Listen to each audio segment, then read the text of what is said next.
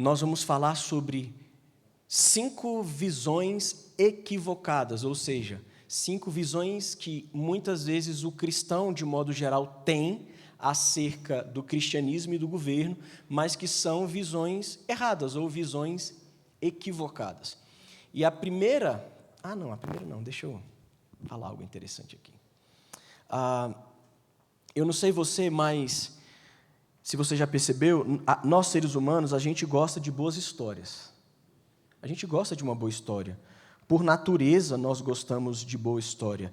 Jesus sabe disso e ele contou muitas histórias, né, nas suas parábolas, nas suas pregações. De alguma maneira, histórias, elas captam o nosso coração e facilmente histórias prendem a nossa atenção. Às vezes a gente não lembra do sermão por completo, mas às vezes a gente lembra de uma história que o pastor falou num determinado sermão e aquela história fica na nossa mente e a gente muitas vezes consegue fazer correlações com a própria pregação devido a essa história que foi contada. Eu não sei você, mas quem nunca deixou de assistir um seriado no meio porque aquele ator ou aquela atriz que conquistou o seu coração durante toda a narrativa do seriado morreu? Isso já aconteceu comigo. Eu estava assistindo um seriado e, de repente, aquele ator morreu. Eu falei, ficou paia. Agora eu não vou mais assistir também, não. Quem mandou matar o cara? Aí parei de assistir. Por quê? Porque as histórias, ou essas boas histórias, ou boas ideias, elas conquistam o nosso coração. E dependendo aí das ideias, elas capturam não apenas o nosso coração, mas ganham a nossa devoção. E aqui reside o grande problema.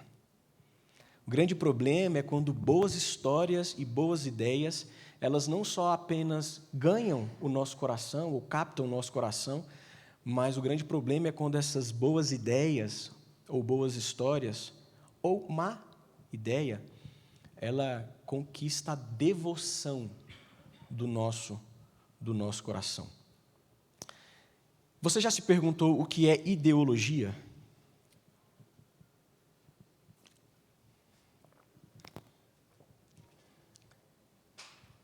Antoine Destutt-Trance, ele foi um filósofo, salvo engano, francês, e foi ele quem cunhou o termo ideologia, lá no século XVII. Ele que cunhou esse termo ideologia.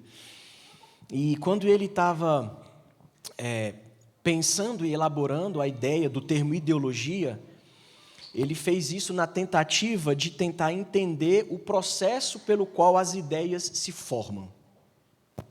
A essência, né, desse filósofo foi mais ou menos a seguinte: a arte de pensar não é outra coisa senão a arte de combinar nossas ideias. A arte de combinar as nossas ideias. Ou seja, a ideologia política, no caso, ela se desenvolve, querendo ou não, no âmbito do coração humano. É por isso que falar sobre política, religião e futebol é sensível, porque política, religião e futebol, de alguma maneira, toca nos nossos amores e produz nos homens um tipo de cosmovisão, gerando assim um compromisso do coração. É por isso que quando você vai conversar sobre política, religião e futebol, geralmente dá briga. Por quê? Porque não é meramente uma ideia, não é apenas uma suposição, é um compromisso do próprio coração. Porque existe toda uma ideologia, existe toda uma cosmovisão por trás daquilo. O que é a idolatria na Bíblia? A gente sabe que idolatria na Bíblia é quando a gente pega algum elemento da criação, não é isso? E a gente coloca no patamar de Deus. Idolatria, então, é quando você pega alguma coisa do mundo criado e você coloca ele num status onde só Deus poderia estar. E aí o elemento que tem sido, né, por muitos cristãos, elevado a um patamar de ídolo de Deus, é a política. Por quê? Porque toda ideologia, seja política ou não, toda ideologia, e aqui no nosso contexto política, ela oferece ao povo um senso de sentido, uma ideia de sentido. A ideologia política promove nas pessoas, em muitas pessoas, um senso de identidade, um propósito. A pessoa não tinha propósito para viver, e ela encontra na política uma causa, uma missão. Só que a gente sabe que toda ideologia, no final, ela não consegue cumprir a promessa. Você se envolve em um espectro político achando que quando aquela ideologia política estiver dominando ou em predominância na nossa nação, o país vai mudar. E aí não muda. Porque toda ideologia promete, mas ela não cumpre. Por quê? Porque quando a gente pega algo do mundo criado e coloca no patamar de Deus, ela vai gerar uma promessa redentiva, mas no final ela vai te frustrar. Basta você relembrar a igreja evangélica no Brasil nas últimas eleições. Crentes em Jesus se digladiando nas redes, familiares cortando laços, amizades de anos sendo rompidas, tudo porque a política, como ideologia e idolatria, prometeu algo que no final não cumpriu. Essa é a verdade. Percebe? Então, a ideologia, ela captura o coração do homem, porque ela usa, de certa forma, algo que é intrínseco a toda a humanidade, o desejo da eternidade. O que é a eternidade? Um lugar sem dor, sem sofrimento, não é isso? Um lugar seguro, um lugar de paz. E aí a gente pega uma ideologia, quando eu falo a gente, o mundo de modo geral, a gente pega ideologias políticas, achando que essas ideologias políticas elas vão gerar um aspecto redentivo. E não gera. E não gera. Então, enquanto a gente não entender que aqui no mundo não é o nosso lar, como diz Agostinho de Hipona, o nosso coração ele vai ficar vagando inquieto, em busca de sentido naquilo que o mundo tem para oferecer. Seja ideologias, ideias humanas. E qual o resultado de tudo isso? É a idolatria.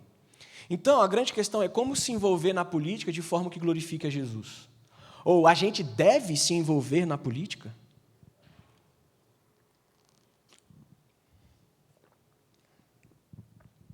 Como? A gente precisa entender algumas verdades que aqui serão apresentado como visões equivocadas,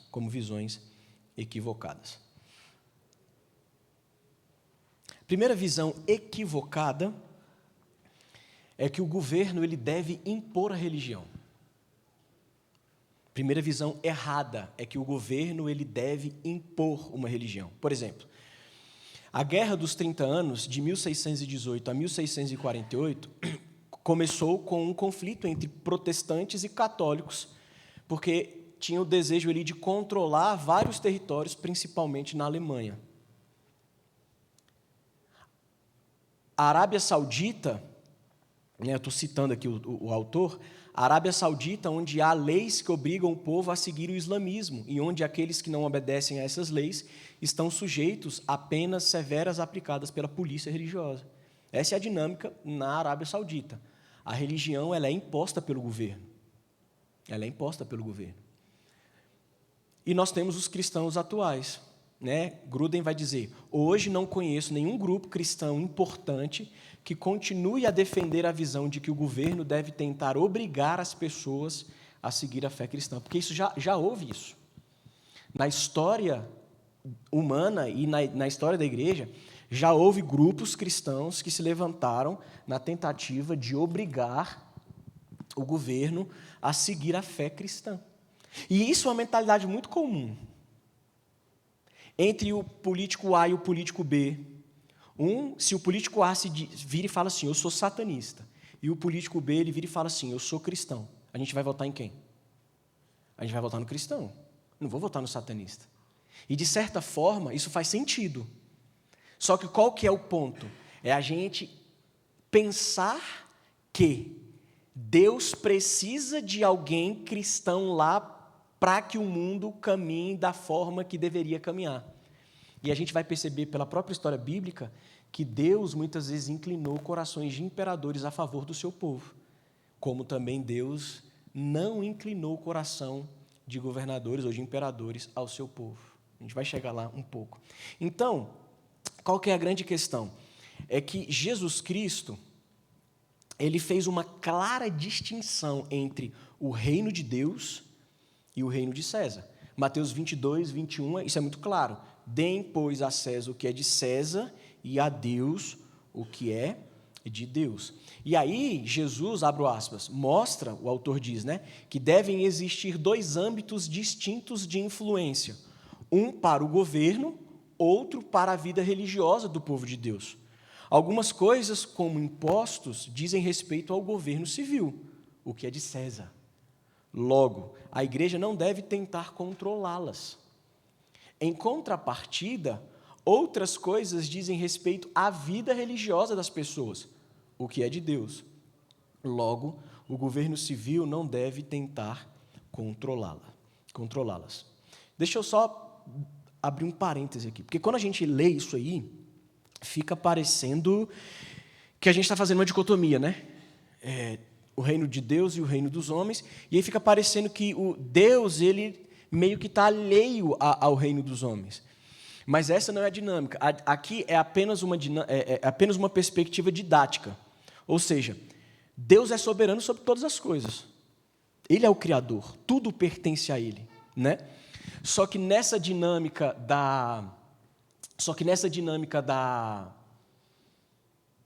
da revelação progressiva, a gente vai percebendo que Deus, ele estabelece um governo e autoridade para cuidar do povo.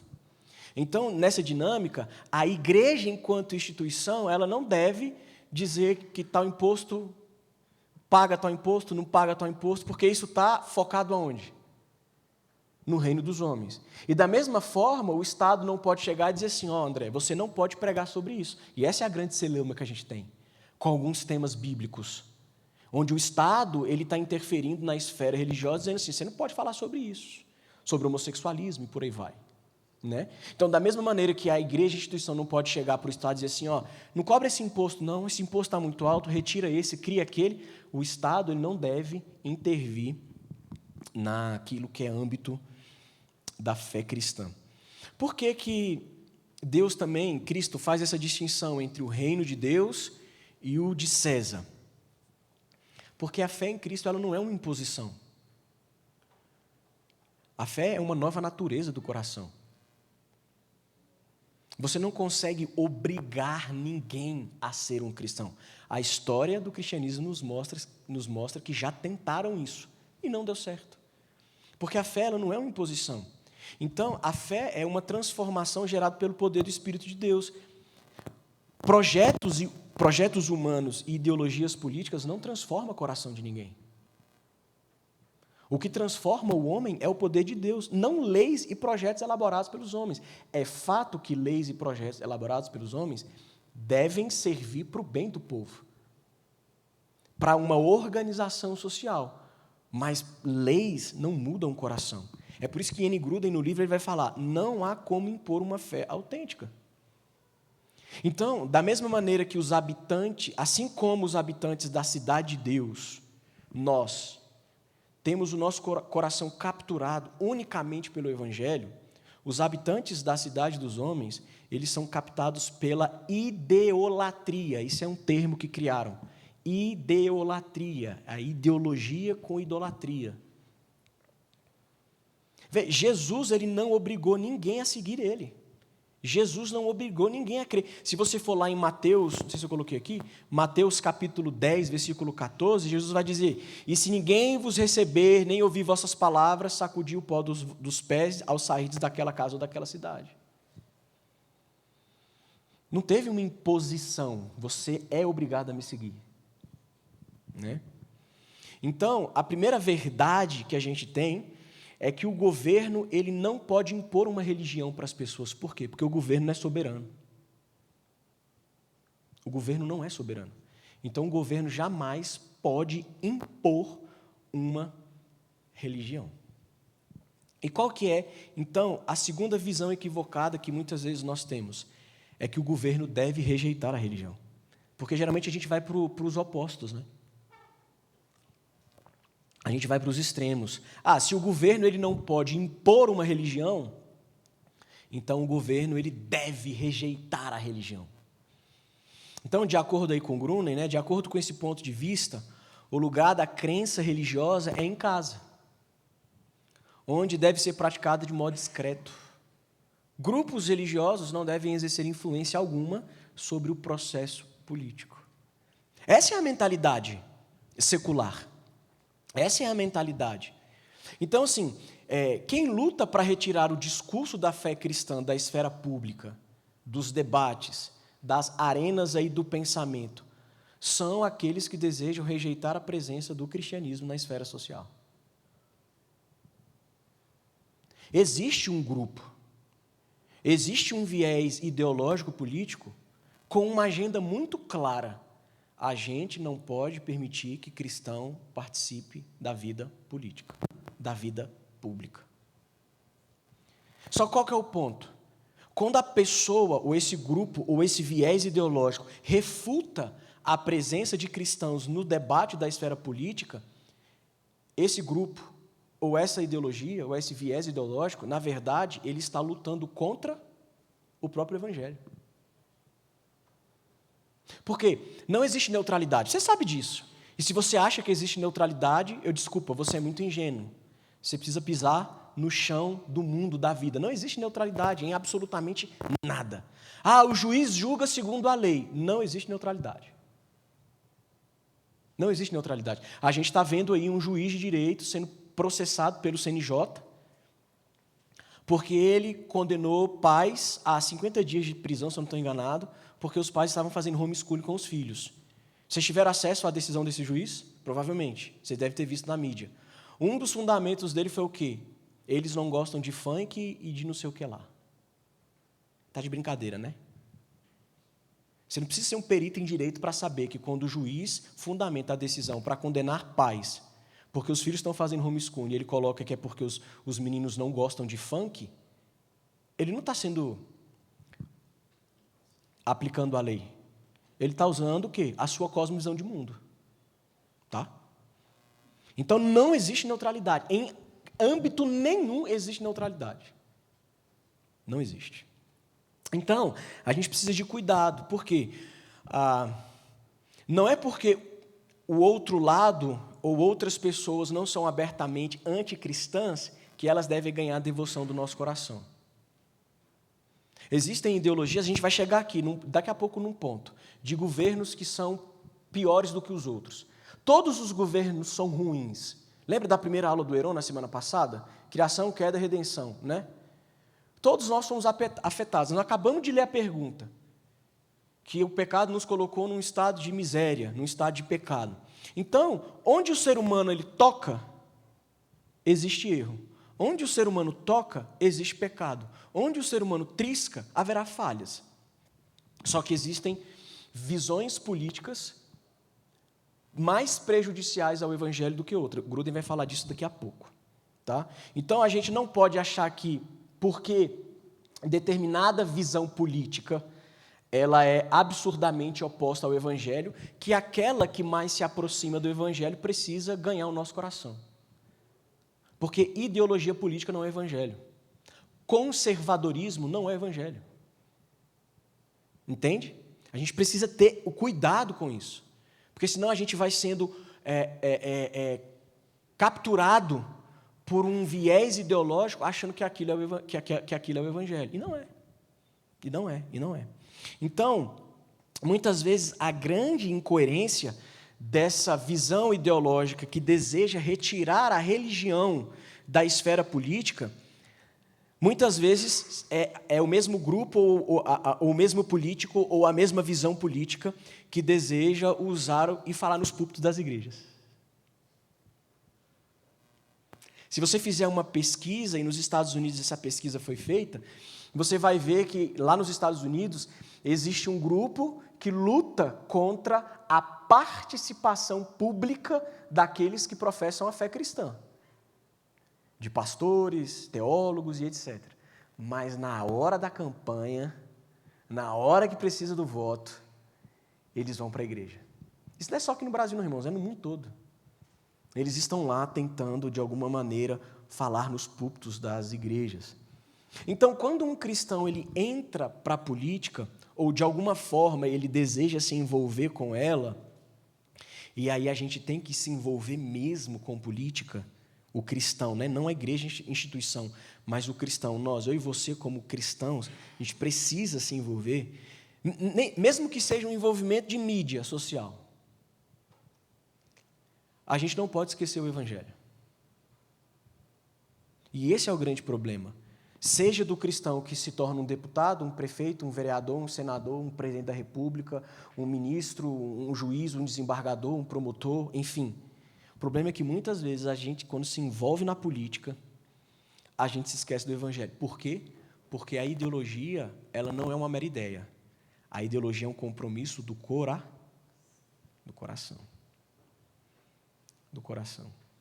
Então, quem esquece o evangelho será facilmente capturado pela ideologia.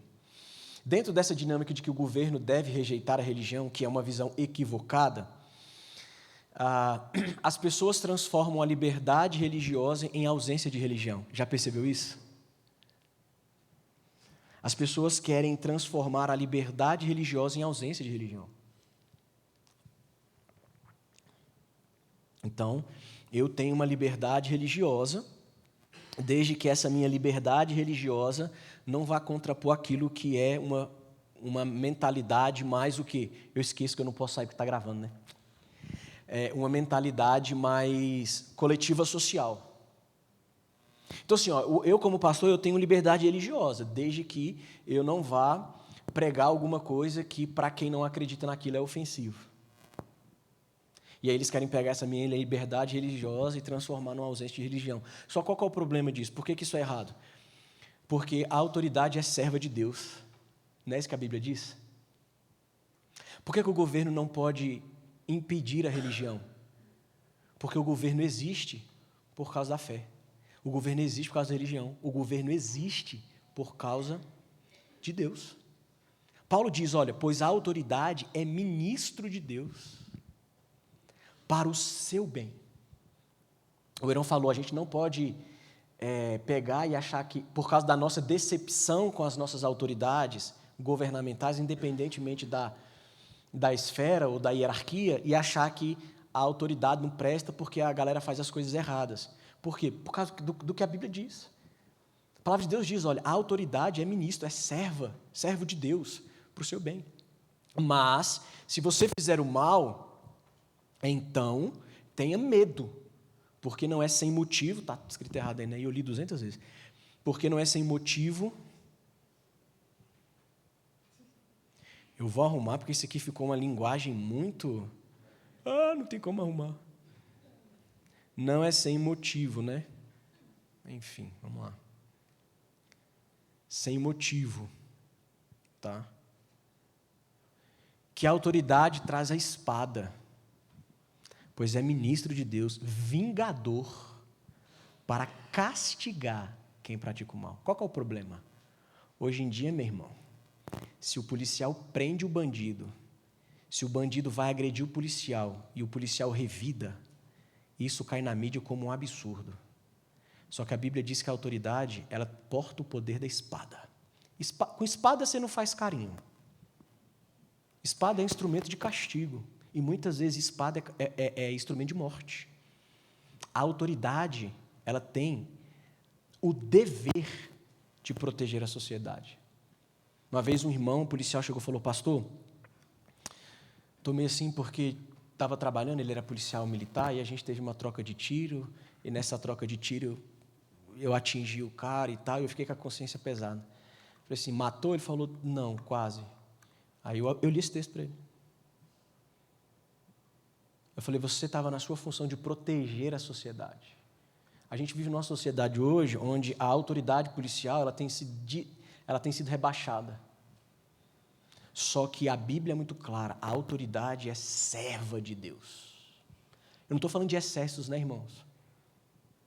Todo mundo aqui é adulto e maduro, não estou falando de excessos. Liberdade de expressão e religiosa são tolhidas. Esse texto é o de Romanos 13:4, tá? N. Gruden vai dizer, por que os cidadãos cristãos não podem ter liberdade de fazer campanha a favor ou contra determinada lei com base em suas convicções morais derivadas de sua fé religiosa? Por que a gente não pode?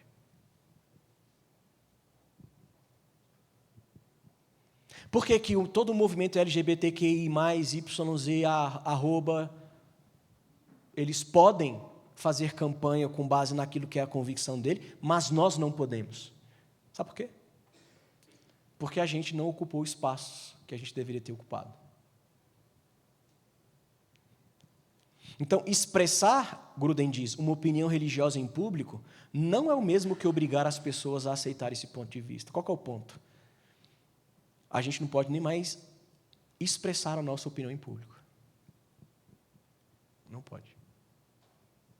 Você quer ver como a igreja ela é muito imatura nesse ponto?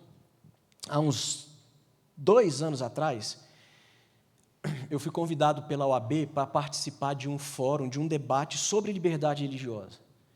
E nesse evento haveria um pastor evangélico, eu, e uma mãe de santo lá do candomblé, da Umbanda, não sei.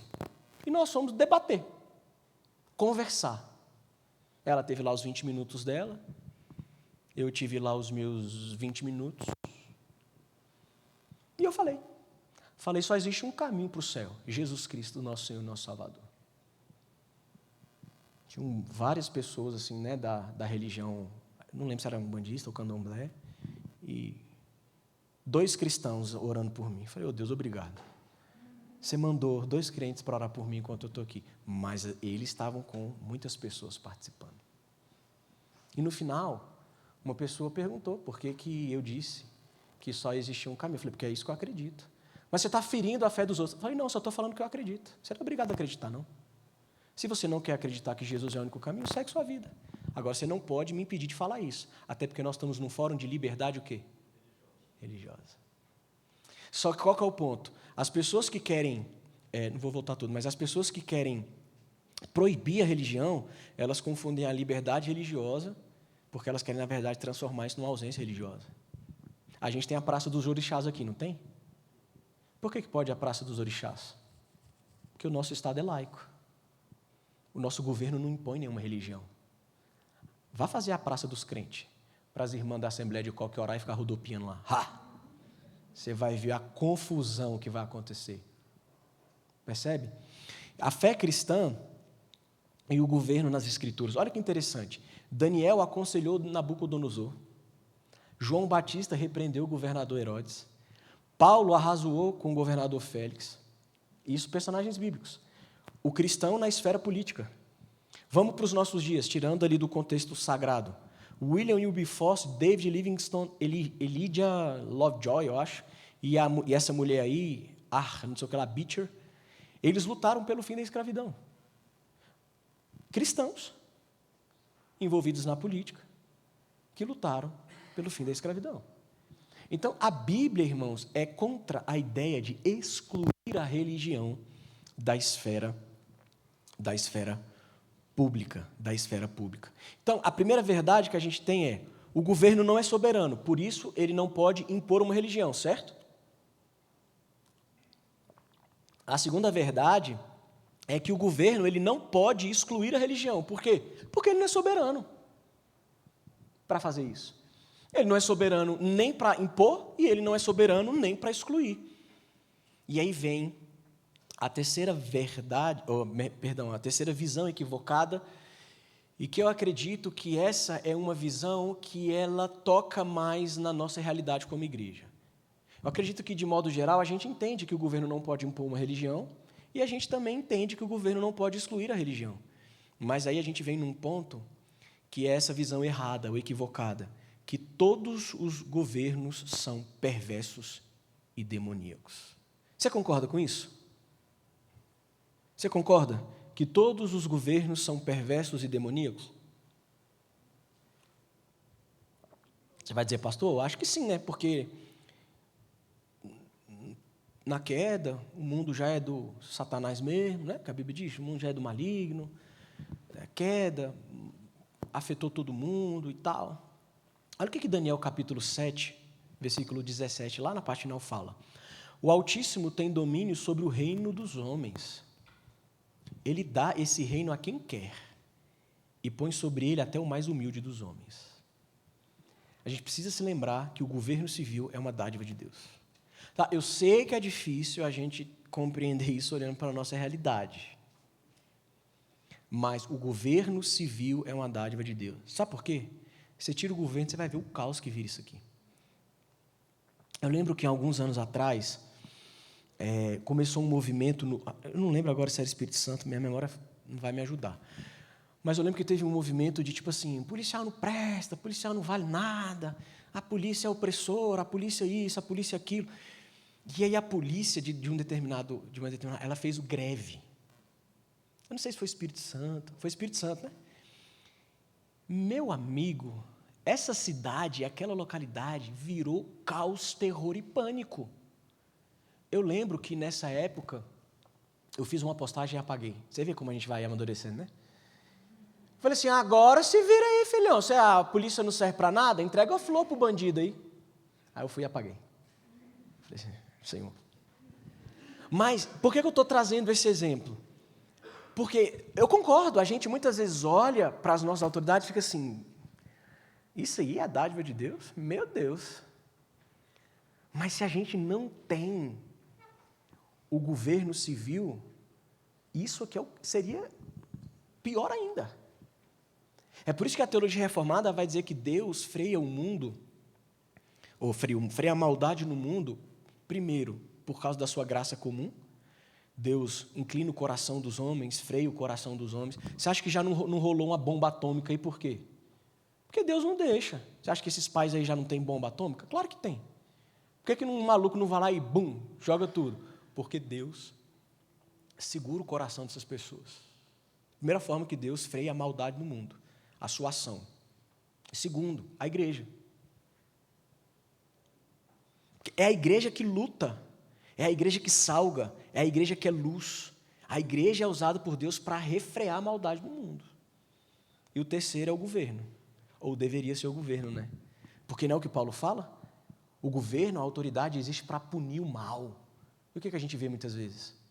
O governo punindo o bem. Aí é problema de quem tem esse cargo de autoridade com o Senhor lá no juízo final, porque eles serão cobrados. Eles serão cobrados. Então, o governo civil é uma dádiva.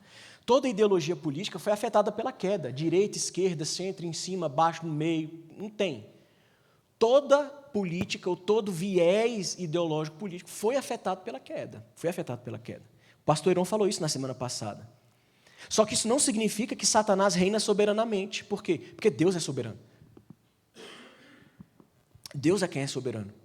Quando Roma estava matando cristão e pendurando eles como tocha viva, Deus é soberano. Quando Hitler estava dizimando judeu e cristão pelo mundo, Deus é soberano. Eu sei que existe uma dificuldade humana nossa em compreender essas questões, mas não invalida de que Deus é soberano. Então, esse aqui é um ponto que eu gosto muito, irmãos. Por exemplo, se você, independentemente da linha ideológica ou do viés político que mais te agrada, seja a esquerda, seja a direita, seja o centro, se você não consegue, pelo Evangelho, detectar pecado, erro e mazela no político ou na linha política que você votou, ou que mais te agrada, você precisa refletir se o seu coração já não foi capturado pela ideologia política. Porque quem é de esquerda fala mal do da direita. Quem é da direita fala mal do da esquerda. E quem está no centro apanha dos dois. Né? Ideologicamente falando é isso. Agora, se você pende mais para a direita, mas você não consegue ver erros, falhas, existe algum problema. Se você pende mais para a esquerda e você não consegue ver erros, falhas, existe algum problema. O pastor Guilherme de Carvalho, de Belo Horizonte, ele fala assim, por que isso é um problema? Porque o evangelho é suprapolítico. O evangelho é supracultural. O evangelho é suprassocial. O evangelho, ele deve ser a lente que faz a gente ler toda a realidade. E por meio do Evangelho a gente vai perceber erros e mazelas, seja na esquerda, erros e mazelas, seja na direita, erros e mazelas, seja no centro. Porque o Evangelho é esse crivo para os nossos julgamentos dentro da esfera política. A gente fala, por exemplo, a linha progressista, liberal, é a favor do aborto. A gente é contrário. Beleza. Porque o Evangelho é esse crivo. Mas quando, por exemplo, algumas personas da direita exaltam aqueles que foram torturadores no passado, está errado também. Porque todo ser humano foi criado à imagem de quem? De Deus. Então são dois exemplos só para a gente perceber que o nosso julgamento e o nosso envolvimento dentro dessa dinâmica política precisa ter a palavra de Deus como crivo. Porque senão a gente vai ser engolido pelas ideologias. Então o Evangelho precisa ser a nossa única bandeira. Então, o fato da esfera política, né, estar maculada ali pelo pecado, não significa que Deus não vai usar isso aí.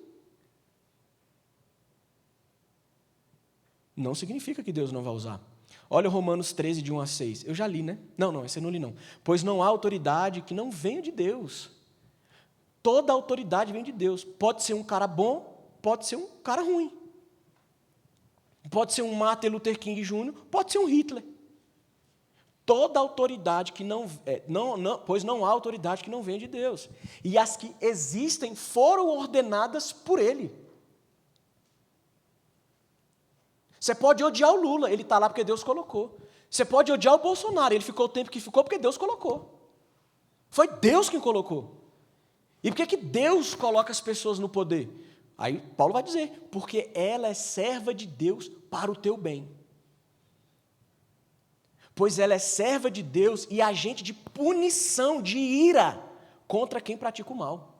Quem pratica o mal deve ser punido. É isso que Paulo está dizendo. Quem pratica o mal tem que ser preso. Quem pratica o mal tem que ser tratado pela autoridade. Porque quando isso não acontece, a autoridade ela está deixando de fazer um papel pelo qual Deus criou ela para fazer. Deus criou ela para fazer. Aí a gente precisa lembrar, estamos no mundo caído, tem o pecado, tem o policial que lá, em vez de só prender o cara, vai lá e dá uma surra no cara, né? E fala, não, ele caiu da árvore, o cara está todo roxo.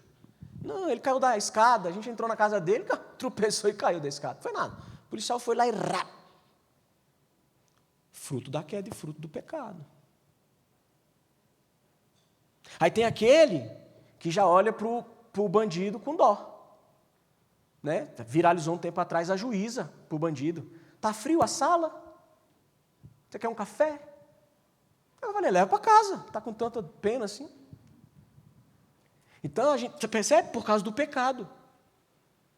Há aqueles que distorcem o papel de proteção quando erra, e há aqueles que distorcem entendendo que não pode triscar naquele que está praticando o mal, né?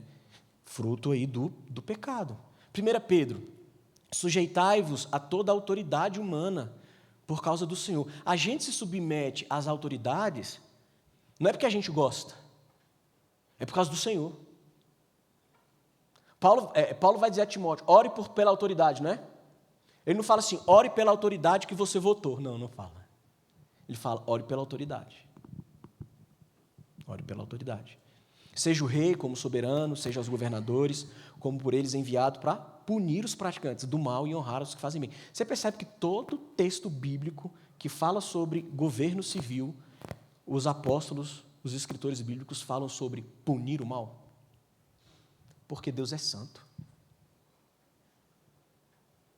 E você percebe que na nossa sociedade isso é tão distorcido? Porque é Satanás que faz isso. E honrar os que fazem o bem.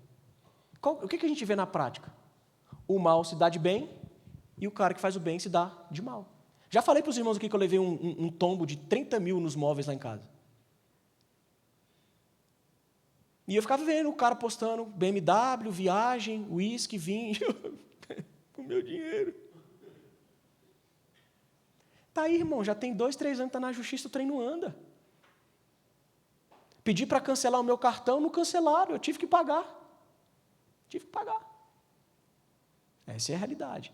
Mas eu não posso pegar essa realidade por causa do pecado e dizer, tudo aí é do Satanás. Não, Deus. E como que a gente lida com essas coisas? Deus permitiu isso, Ele quer me ensinar alguma coisa, que todas as coisas cooperam para o meu bem. É Deus quem cuida de mim, Ele vai prover de alguma maneira, Ele vai repor aqui, ou não. Eu estou no mundo caído mesmo, isso pode acontecer até com quem é filho de Deus. Então, a gente precisa, relembrando que Deus é soberano. Daniel 2:21, Ele muda os tempos e as estações. Ora é esquerda, ora é direita, ora é centro. Ora o cara faz uma coisa boa, ora o cara faz um trem horrível. É Deus que muda o tempo, as estações. É Ele que remove e estabelece os reis. É Ele quem dá sabedoria aos sábios e entendimento aos que conhecem. É Deus.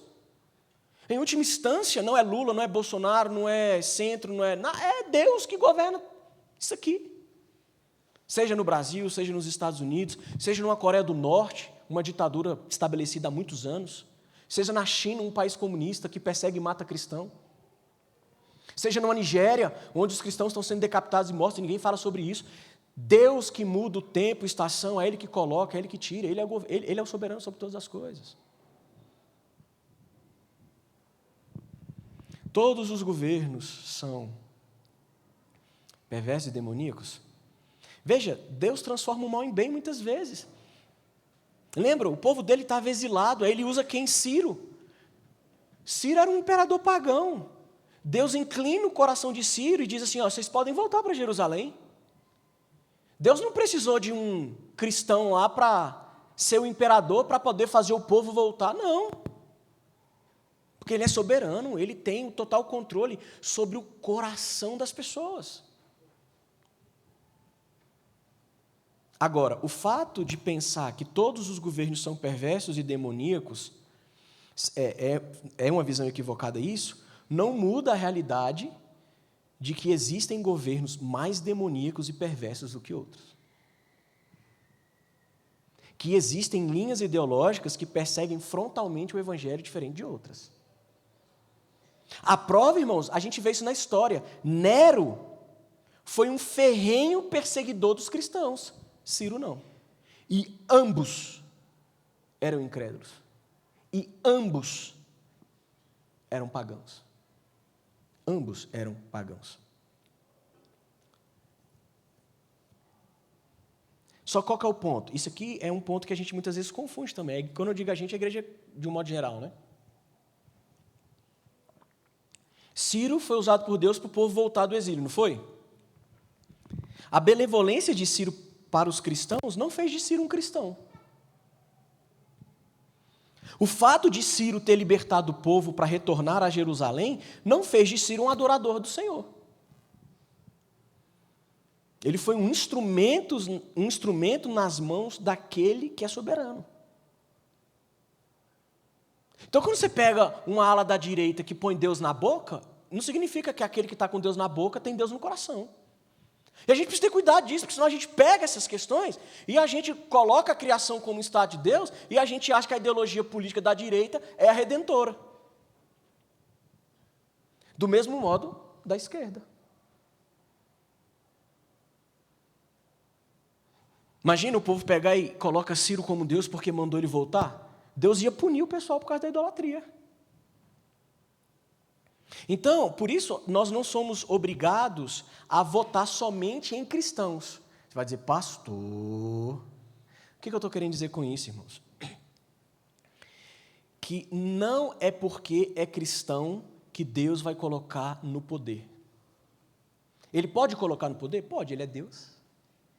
O que eu estou querendo mostrar é que a gente precisa tirar da nossa mentalidade essa ideia de que Deus é obrigado a colocar um cristão protestante no poder. Não é. Ele vai usar quem Ele quiser. Até é só você ler Crônicas e Reis. Um monte de reis que se diziam e que faziam parte do povo de Deus e que o texto bíblico vai dizer, e fez aquilo que não era reto aos olhos do Senhor.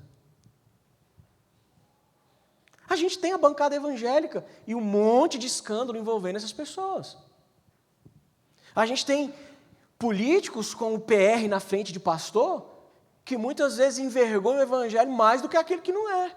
Então, votar no cristão achando que porque eu votei no cristão eu vou mudar o Brasil, não necessariamente.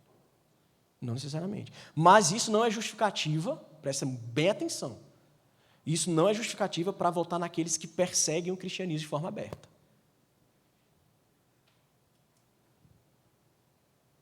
Então, seguir valores cristãos não torna ninguém um servo de Deus. A gente precisa entender isso. Conservadorismo não é o evangelho. Não é. Pode dialogar em muitas áreas? Pode. Comunica em muitas áreas? Comunica. São os conservadores que defendem a família. Mas nem todo conservador que defende a família adora ao Deus que criou a família. A gente precisa entender e ter isso claro na nossa mente. Claro na nossa mente. É por isso que Gruden vai dizer o seguinte, ó. É interessante que tanto Paulo em Romanos como Pedro consideram que o governo civil se opõe à ação de Satanás. Os governos civis são estabelecidos por Deus. Aí ele vai trazer para punir os praticantes do mal, enquanto Satanás incentiva aqueles que praticam o mal. Os governos civis são estabelecidos por Deus para honrar os que fazem o bem, enquanto Satanás desestimula e ataca aqueles que fazem o bem. A pessoa que é contra a autoridade, ela está sendo boca de Satanás.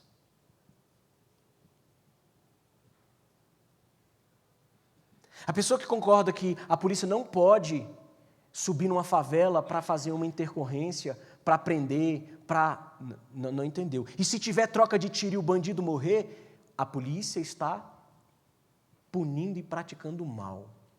Porque quem faz o bem não precisa temer, não. Só qual que é o ponto? Eu sei que às vezes essas questões são tão difíceis para a gente, por quê? Porque todo dia a mídia fala o contrário. Todo dia você lê o oposto. A gente vê ministro do STF saindo daqui para interferir no executivo lá no Rio de Janeiro, porque teve essa intercorrência lá no morro, na favela e não sei aonde. Porque a mídia, todo dia, ela vai bater nessa tecla. Ela vai bater nessa tecla. Só que não importa o que a mídia diz. Importa o que a palavra de Deus diz. A autoridade é serva de Deus. É serva de Deus. Uma vez eu estava dando uma palestra nesse sentido e uma pessoa perguntou assim, pastor, e Hitler? Sempre vem, né, na mente, e Hitler? Ele foi tão mal, né? Eu falei, como que Deus usou para interromper toda aquela atrocidade nazista? Ele utilizou outros países, outros governos e outras autoridades para frear Hitler. Então, a primeira verdade é que o governo, por ele não ser soberano, ele não pode impor uma religião. A segunda é que ele não pode excluir, rejeitar a religião. E a terceira verdade é que existem governos mais demoníacos e perversos do que outros. Se você acha que não, vai pregar lá na China, você vai ver.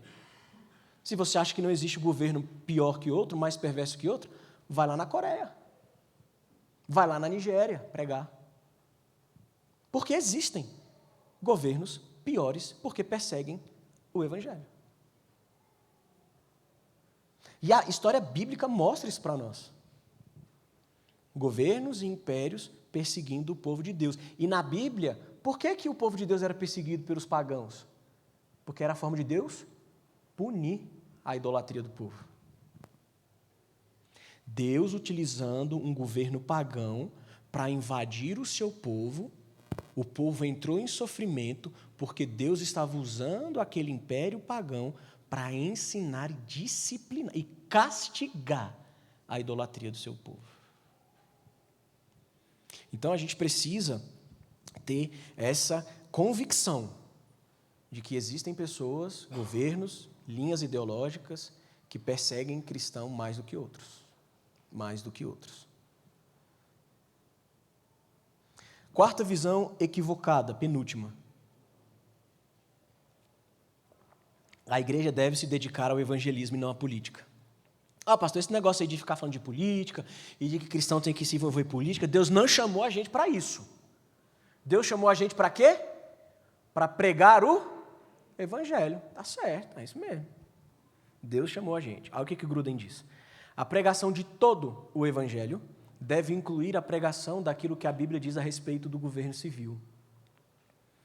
Isso significa que os cristãos aprenderão na Bíblia como influenciar governos de modo positivo.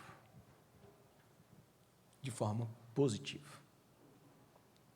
De forma positiva. Acho que cortou, né? Mas diz assim: os governos fazem sim diferença na obra do reino de Deus, Gruden dizendo. Por isso, Paulo conclamou os cristãos a orar pelos reis e por todos que exercem autoridade, para que tenhamos uma vida tranquila e serena, em toda piedade e honestidade. Ou seja, um bom governo não é o melhor governo, não é o governo perfeito, não é o governo redentivo, mas um bom governo ajuda o povo a ter uma vida tranquila e de piedade. Em que sentido de piedade? Não vai perseguir o cristão, enquanto um mau governo impede que isso aconteça, diz N. Gruden. Então, o caminho da redenção é isso que a gente precisa relembrar. O caminho, eu sei que vocês sabem disso, é só para a gente lembrar. O caminho da redenção não passa pelo Congresso Nacional, passa pela cruz de Cristo. Passa pela cruz de Cristo. Você provavelmente já ouviu pessoas falando que o cristão tem que pregar o evangelho e não ficar conversando sobre política.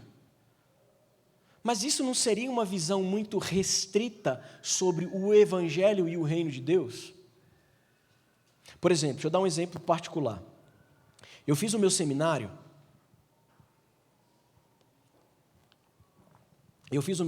teológico no seminário Martin Bucer, em 2012, eu acho. Esse seminário, ele tem a sua sede, na época que eu fiz, a sede era na Alemanha e tinha um polo aqui em São Paulo, uma unidade aqui, uma filial em São Paulo. E é interessante porque o reitor desse seminário lá na Alemanha, Thomas Schumacher, eu acho que é assim, na época, ele era o conselheiro, sabe de quem? De Angela Merkel, a chanceler da Alemanha. Veja só, o reitor de um seminário teológico, um cristão protestante, ele era nada mais, nada menos que o conselheiro de Angela Merkel. Qual o conselho que esse cara vai dar para Angela Merkel? Conselho baseado na palavra de Deus. Se ela vai ouvir outros 500, ele é um conselheiro, né? Quem é a chanceler é ela. Então, essas pessoas do alto escalão, elas precisam ouvir o evangelho. Ou não? Vamos pregar, mas entrou na política, ninguém prega para eles. E como que eles ouvirão, se tornarão cristãos, se cristãos autênticos não se envolverem na política? É claro que determinado tipo de governo faz diferença na obra do reino de Deus, irmãos. Faz. Eu lembro que quando eu era jovem, 15, 16 anos, eu queria ser um missionário dentro do Congresso Nacional. Eu lembro que eu conversava isso com as pessoas. Não, o que você quer? Cara, eu vou ser missionário, sustentado pela igreja, mas eu vou só me envolver, mas Deus não me levou. Talvez eu me perderia lá, não sei. Não sou crente o suficiente. Mas o fato é que nós precisamos de cristãos verdadeiros, autênticos, que se envolvam na esfera política. Nesse sentido, deixa eu só voltar aqui. É isso mesmo. A igreja deve se dedicar ao evangelismo e não à política. Olha o que o autor diz. Quando foi que as pessoas deixaram de ter escravos nos Estados Unidos?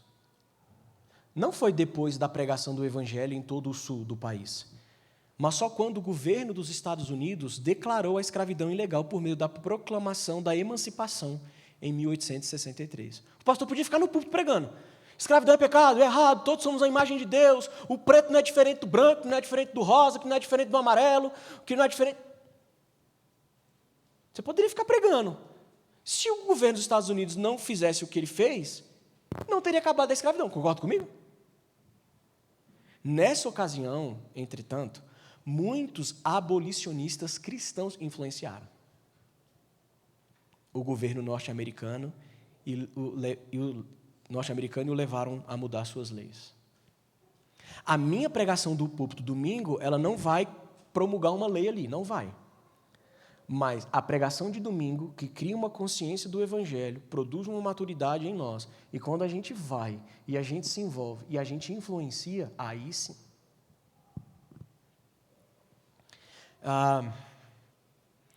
Esse tema é um tema que eu gosto bastante, de política, ciência política e etc. Eu já li algumas coisas sobre isso. E é interessante, porque tem um autor, acho que é australiano, ou é canadense, não me falha a memória, David Coyce, Visões e Ilusões Políticas, é um livro muito bom. E ele fala assim, que toda lei é fruto de um clamor social. Toda lei é fruto de um clamor social. Em determinado momento no Brasil, começou-se a falar sobre aborto. Isso não começou no Congresso, isso começa nas universidades, isso começa nas faculdades, que reverbera na sociedade, e todo mundo começa a falar, vamos abortar, legaliza o aborto, legaliza o aborto. Aí o que o governo vê? O que o Congresso, quem está legislando vê? A gente precisa organizar a sociedade dentro desse tema, porque senão vai ficar um caos. O que a gente vai fazer? Vamos fazer uma lei permitindo o aborto. Então, toda lei ela é fruto de um clamor social. E se ela é fruto de um clamor social, aonde que nós cristãos podemos influenciar? Sentado nesses bancos aqui? Não, é quando a gente vai lá para fora. É quando a gente se envolve. Então, quando um cristão acredita nessa visão equivocada de que a igreja não pode falar sobre política, que o crente não deve se envolver nela, na realidade, nós estamos desobedecendo a uma ordem criacional. Porque quando Deus criou todas as coisas antes de existir governo humano, Ele diz o quê? Domine sobre governe o mundo. Eu sou soberano e eu vou usar os homens, as pessoas, para dominar, para cuidar e para governar a criação. Então, quando nós cristãos falam, não vamos me envolver com política, porque esse negócio e tal, a gente está desobedecendo uma ordem criacional. Ou seja, o papel dos cristãos, óbvio que o dominar aí não é dominar, é no sentido de cuidar, é no sentido de influenciar o mundo em todas as suas áreas. Olha o que Nancy Pearce diz. Os liberais, às vezes, dizem, se você é contra, não faça um aborto. Você já viu isso? Se você é crente, você é a favor do aborto? Não, então é só você não fazer. Não é isso que a gente escuta muitas vezes? Você não é a favor do homossexualismo? Beleza, é só você não ser. E às vezes nós cristãos falamos isso. Se ele quer ser homossexual, o problema é dele. Se ela quer abortar, o problema é dela. O que Nancy vai dizer? Mas não imponha a visão liberal, né? Os liberais às vezes dizem, se você é contra, não faça um aborto. Mas não imponha suas opiniões aos outros. Só que eles impõem para nós. Mas vamos lá. No início, isso pode parecer justo, Nancy está dizendo. Mas o que os liberais não conseguem entender é que a prática social sempre se baseia em certas suposições de como é o mundo, em uma cosmovisão. Então, quando a sociedade aceita a prática, ela absorve a cosmovisão que a justifica. E é isso que acontece com muitos cristãos. Você já absorveu a cosmovisão que justifica. O corpo é da mulher mesmo, deixa ela escolher. O corpo é dele, se ele quiser se envolver com homem com homem, mulher com mulher, problema é dele. Essa fala na boca de um cristão só mostra que você absorveu a cosmovisão que justifica esse tipo de prática. É por isso que o aborto, Nancy vai dizer, não é meramente uma questão de indivíduos fazerem escolhas privadas. Trata-se de decidir qual cosmovisão moldará a nossa vida em comum. Pega o livro de ética cristã do Norman Geisler. Você vai ver que nos Estados Unidos já tem uma discussão sobre o que é ser um ser humano e o que não é. Já tem gente que diz que para você ser um ser humano, você precisa ter consciência.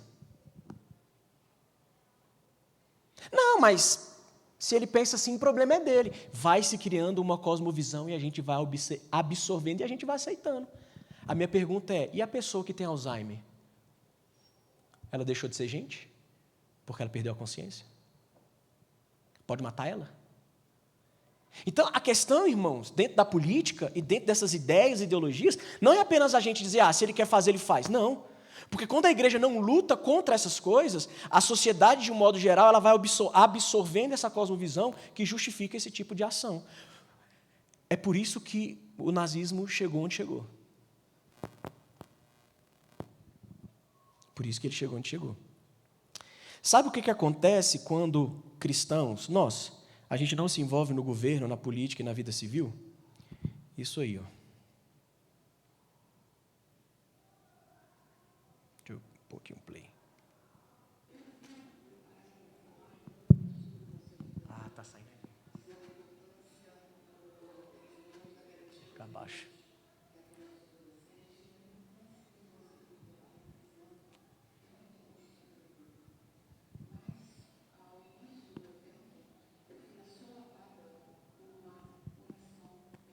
Espera aí, irmãos, vou fazer diferente. Só um minuto. Só um minutinho.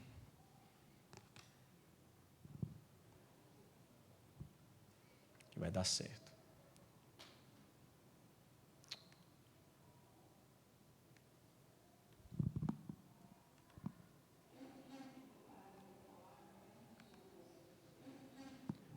Oh, meu Deus do céu.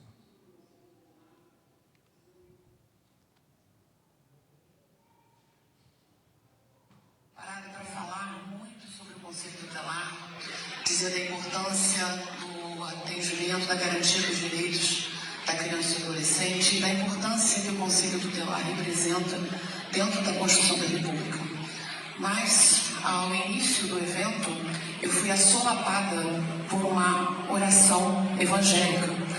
E eu, como promotora de justiça, não posso me furtar ao dever de garantir a cada um e a mim mesma o direito à liberdade religiosa. E eu preciso esclarecer à organização do evento e à associação que a fé é um direito privado, que não deve ser estendido a outras pessoas num evento público. Eu estou extremamente emocionada, extremamente ofendida com o início da apresentação que teve aqui. Porque assim, eu não sou evangélica, não teve uma oração, mas teve quase. Teve uma chamada a Deus, ao sentimento de Deus, e eu, como pessoa e como promotora de justiça, tenho que esclarecer que isso é inconstitucional. Inconstitucional. E assim, ao final da mensagem que foi propalada, eu mandei uma mensagem para a Silvia, eu falei que se puxasse uma oração, o Ministério Público iria se retirar. Mas foi. E olha só, se a senhora começar a interferir na minha fala, na fala do Ministério Público, eu me retiro. A senhora já teve essa oportunidade de falar. E agora quem fala é o Ministério Público. E eu aqui represento o Ministério Público. E eu tenho garantia constitucional para estar nesse local e ocupar esse espaço. E esse deboche ofende ao Ministério Público e à Constituição da República, que a senhora, enquanto representante de uma associação que deve proteger os conselhos tutelares, deveria respeitar a Constituição da República.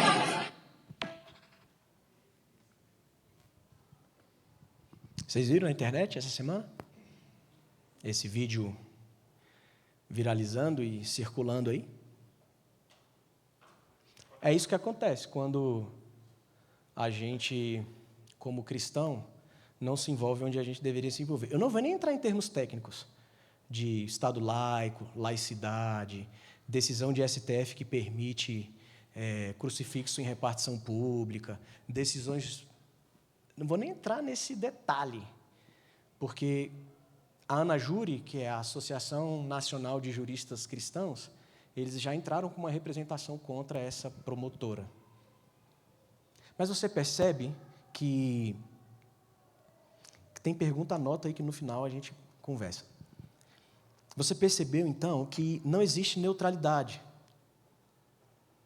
Ela está ali como uma representante do Ministério Público. Mas aquilo que ela está falando a partir de uma cosmovisão. Ela está falando a partir daquilo que ela acredita. E você vê que nós falamos sobre o governo excluir a religião, não foi?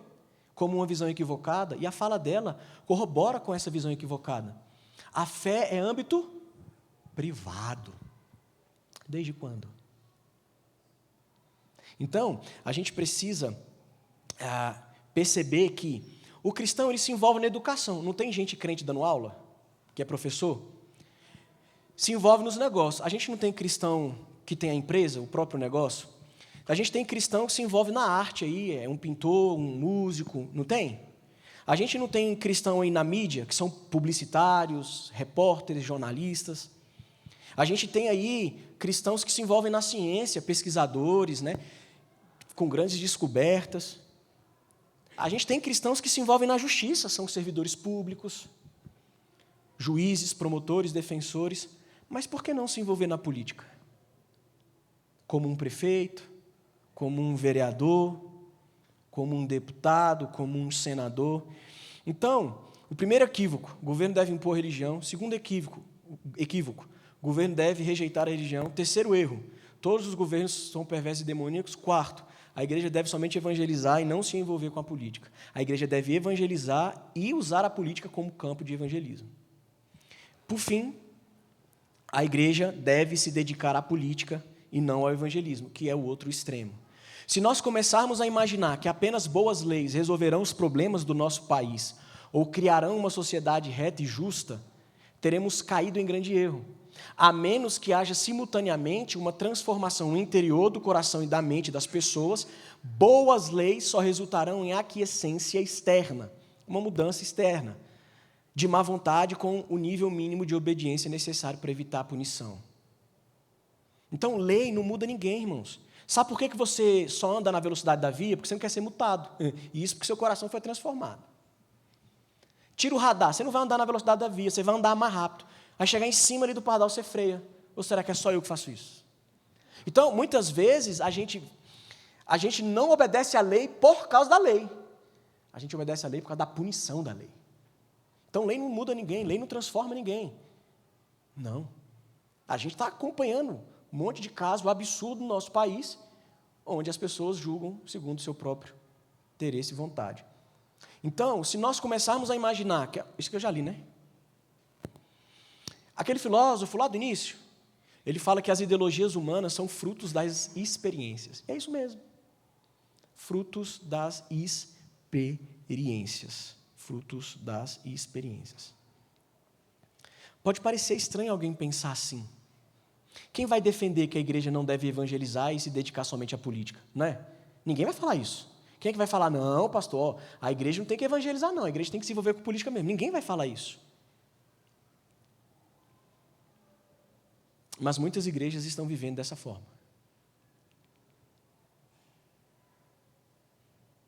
Em 2022, eu era pastor na Igreja Presbiteriana de Brasília. E eu falei algo de púlpito num domingo à noite. Está no YouTube, está gravado. Falei, tem irmãos aqui que ficaram 30 dias no acampamento ali. Eu não quero entrar em juízo de valor. A minha pergunta é, se a gente fizer 30 dias de evangelismo, você vai? Se a gente fizer 30 dias de oração, de segunda a sexta na igreja, você vai os 30 dias sem falhar? Você percebe que a ideologia é um compromisso do coração? Não é neutro, irmãos. Não é neutro. E muitas igrejas estão vivendo assim. Por quê? Porque púlpitos viraram palanques políticos. Eu ouvi de cristãos de outras igrejas que me procuraram, amigos, falando assim, cara, não dá para ficar mais na minha igreja. Eu falei, por quê? Porque o pastor orou pedindo a morte do fulano de tal. Púlpitos viraram palanques políticos. O coração dos cristãos foram totalmente tomados por ideologias e pautas partidárias. A gente tem pastor mais como cientista político do que como mestres teólogos. Eu participava de grupos com pastores da região, irmãos. Eu saí porque eu não aguentei. Era só política de manhã, de tarde e de noite. Igrejas tendo uma bandeira muito mais partidária do que do evangélico como a única bandeira. Lembra como eu iniciei a aula falando sobre o significado do termo ideologia do filósofo? É justamente isso. Ideologias são frutos das experiências humanas. Por fim, as ideologias humanas combatem contra o nosso coração e ela afeta a nossa espiritualidade, ela atrapalha muitas vezes a nossa vida diante de Deus. Porque toda ideologia, irmão, se torna muitas vezes idolatria. Se torna idolatria. É por isso que a gente precisa pregar o Evangelho. Como que eu vou identificar um coração capturado pela idolatria política? Primeiro, o quanto /tempo você fala sobre política. É interessante, as mídias sociais revelam muitas coisas. A pessoa tem um Instagram, mas ela nunca posta absolutamente nada. Começa a eleição, é só política. Nunca usou o Instagram para pôr um versículo bíblico. Mas na época de política, ela se torna extremamente ativa. Tem que ter cuidado. É um ponto de atenção, para você observar seu coração, não sou eu não. É você, o Espírito Santo de Deus. Por isso que eu coloquei a quantidade de postagens sobre política. Não estou falando que é errado postar. Às vezes eu posto sobre política nas minhas redes sociais. Só que a pessoa que só fala de política e não fala de evangelho é um ponto de atenção. É um ponto de atenção. E a sua reação às opiniões divergentes. E a sua opinião às reações divergentes. Quando alguém que não é da mesma linha política que você vai conversar com você, você não é salvo. Então, são 3 pontos para a gente tentar refletir aí com o nosso próprio coração. Como que a gente substitui o ídolo, né, no nosso coração? Somente o Evangelho, irmãos. Somente o Evangelho. E aí eu quero finalizar com a frase que o próprio pastor Heron trouxe, né, na semana passada, do Spurgeon. Somente os tolos acreditam que política e religião não se discutem. Por isso os ladrões continuam no poder e os falsos profetas continuam a pregar.